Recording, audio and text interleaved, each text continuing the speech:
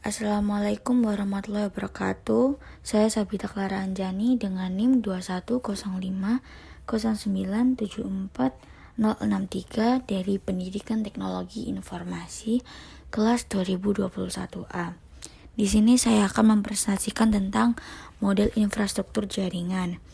Yang pertama yaitu pengertian dari jaringan komputer. Apa sih jaringan komputer? Ini sebuah kumpulan komputer dan peralatan lainnya yang terhubung dalam satu kesatuan atau himpunan interkoneksi sejumlah komputer otonom atau mandiri. Atau jaringan telekomunikasi yang memungkinkan komputer untuk saling menukar data. Kemudian pengertian dari sistem terdistribusi. Sistem terdistribusi adalah suatu sistem perangkat lunak yang dibuat di atas sebuah jaringan.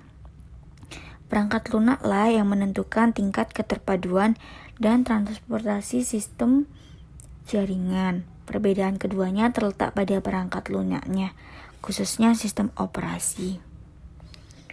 Kemudian terdapat jaringan komputer terpusat dan jaringan terdistribusi. Dalam jaringan komputer terpusat, user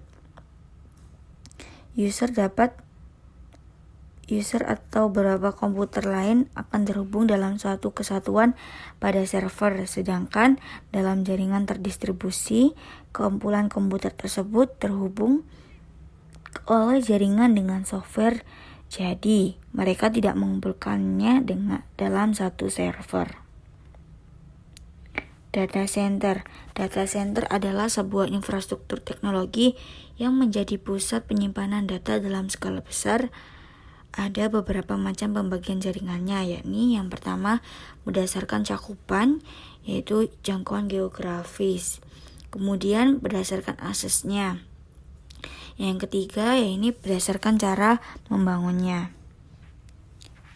Pengembangan jaringan berdasarkan cakupan. PAN, Personal Area Network, karena jangkauannya sangat dekat, kurang lebih 10 meter. Tentu jaringan PAN ini sangat berbeda jauh dengan jaringan WAN yang jangkauannya sangat luas. PAN dapat berupa jaringan nirkabel maupun kabel.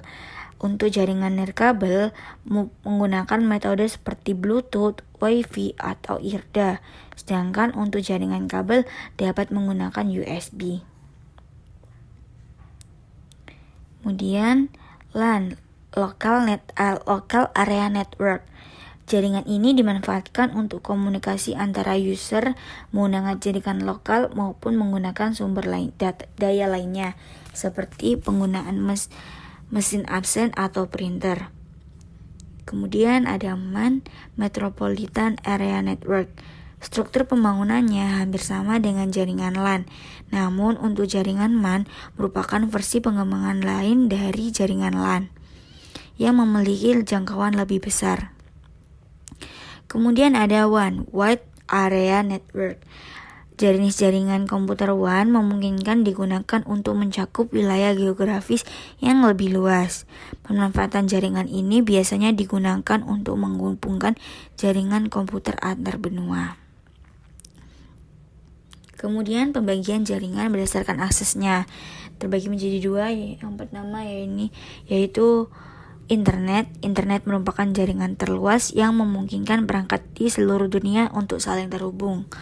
Kemudian ada intranet, yakni merupakan jaringan teknologi informasi yang lebih sempit dan privat dibanding internet. Pengembangan jaringan berdasarkan cara membangunnya. Yang pertama ada ad hoc. Ad hoc merupakan jaringan yang dapat berdiri sendiri tanpa bantuan dari perangkat lain. Jaringan ad hoc memiliki sifat dinamis. Kemudian ada jaringan infrastruktur.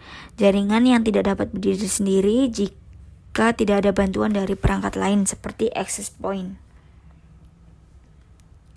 Topologi jaringan. Topologi jaringan komputer adalah metode atau cara yang digunakan agar bisa menghubungkan satu komputer dengan komputer lainnya. Topologi bus. Jenis topologi bus ini menggunakan kabel tunggal. Seluruh komputer saling berhubungan secara langsung hanya menggunakan satu kabel saja. Kabel yang menghubungkan jaringan ini adalah kabel koaksial dan diletakkan menggunakan T-konektor untuk memaksimalkan penggunaan jaringan ini.